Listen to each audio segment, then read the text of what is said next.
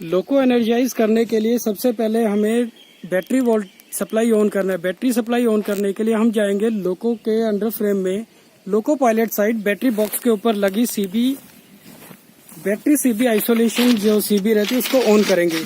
यहाँ पर आगे आपको दिखाई दे रही है बैटरी के आइसोलेशन सीबी।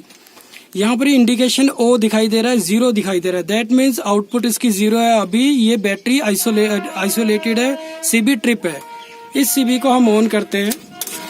यहाँ पर हमारा सीबी ऑन करने के बाद इंडिकेशन यहाँ पर सीबी के ऊपर आ गया 1। दैट मीन्स सप्लाई अवेलेबल है, बैटरी सप्लाई हमारे लोको को अवेलेबल हो गई है। इसके बाद लोको में आगे के लिए हम कैब में जाके बैटरी वोल्टेज और एलवी क्यूबिकल में जाके बैटरी वोल्टेज चेक करेंगे।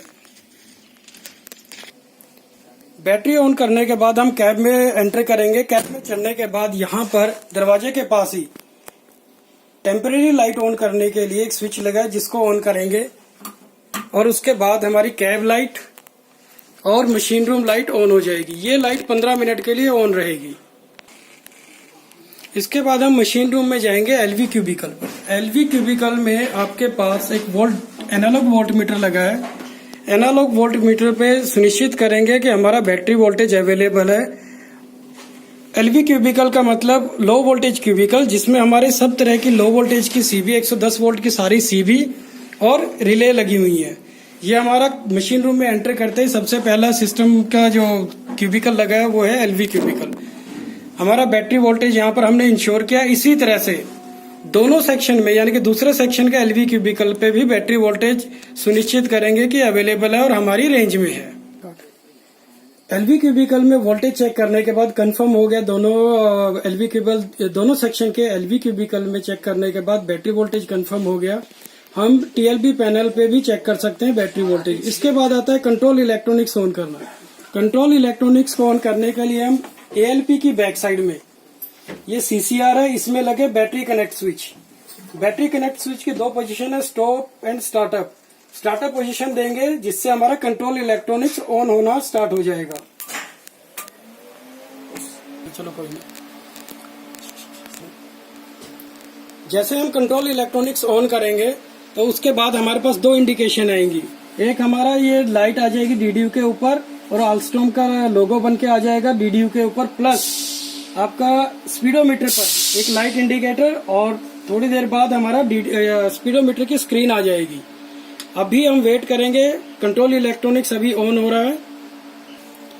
जब कंट्रोल इलेक्ट्रॉनिक्स ऑन हो रहा है उस टाइम पे थोड़ी देर बाद लोको का पिक्चर बन के आ जाएगा, फोटो बन के आ जाएगा, प्लस ब्लिंकिंग में रहेगा वेटिंग फॉर एमपीयू। मतलब अभी टीसीएमएस या व्हीकल कंट्रोल सिस्टम है वो सभी सिस्टम का डाटा कलेक्ट कर रहा है, उनका हेल्थ का स्टेटस ले रहा है कि सब उनका सेल्फ टेस्ट जो सिस्टम है उसको देख रहा है। जैसे ही कंट्रोल इलेक्ट्रॉनिक्स ऑन होता है डीडीयू पे आ जाएगा नो एक्टिव कैब, यानी कि आपका कंट्रोल इलेक्ट्रॉनिक्स ऑन है। अब आगे के प्रोसेस के लिए कैब एक्टिवेट करने के लिए हम लोग तैयार हैं।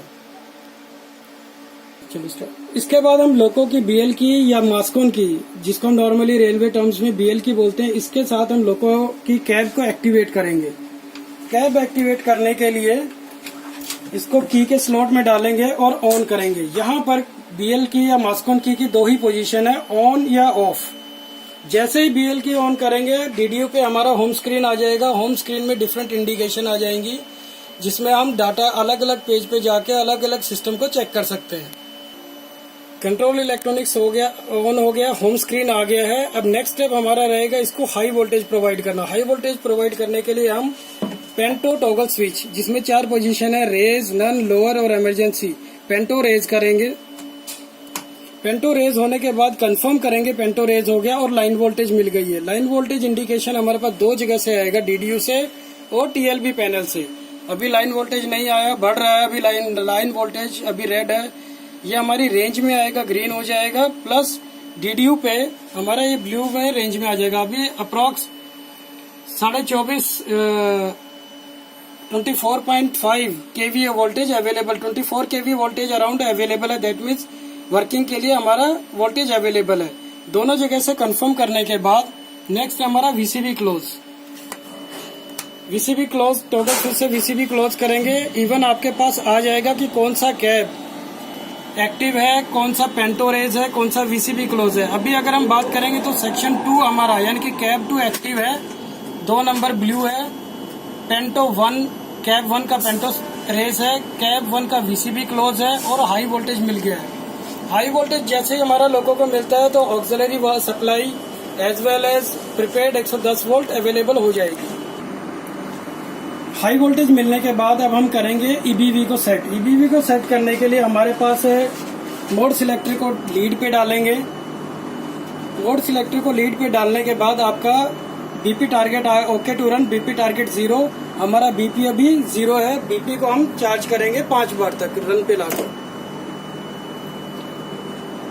ओके टू रन पे करते ही बीपी टारगेट आ गया 5 बार, बीपी बनना शुरू हो गया हमारा और बीपी 5 बार हमारा बीपी अभी रेडी है। सर को सेट करेंगे हमारी जो भी इच्छित या रिक्वायर्ड जो डायरेक्शन है उसमें। अभी हमने फॉरवर्ड सिलेक्ट किया, फॉरवर्ड सिलेक्ट करते ही डीडीयू के ऊपर फॉरवर्ड डायरेक्शन आ गया, प्लस लोको किस मोड में चल रहा है, नॉर्मल मोड हमारा लोको का वो एक्टिवेट हो जाता है। लोको को जब भी एनर्जाइज करते हैं by default loco normal mode में होता है। ड्राइविंग पेज पे 2 नंबर पेज पे जाके हम अपने हिसाब से inching mode yard shunting mode select कर सकते हैं। लोको हमारा एनर्जाइज है, मूव करने के लिए डायरेक्शन मिल गया, हाई वोल्टेज मिल गया। हाई वोल्टेज के लिए हम ट्रैक्शन मोटर का पेज का भी चेक कर सकते हैं, हमारा टीसीयू का स्टेटस।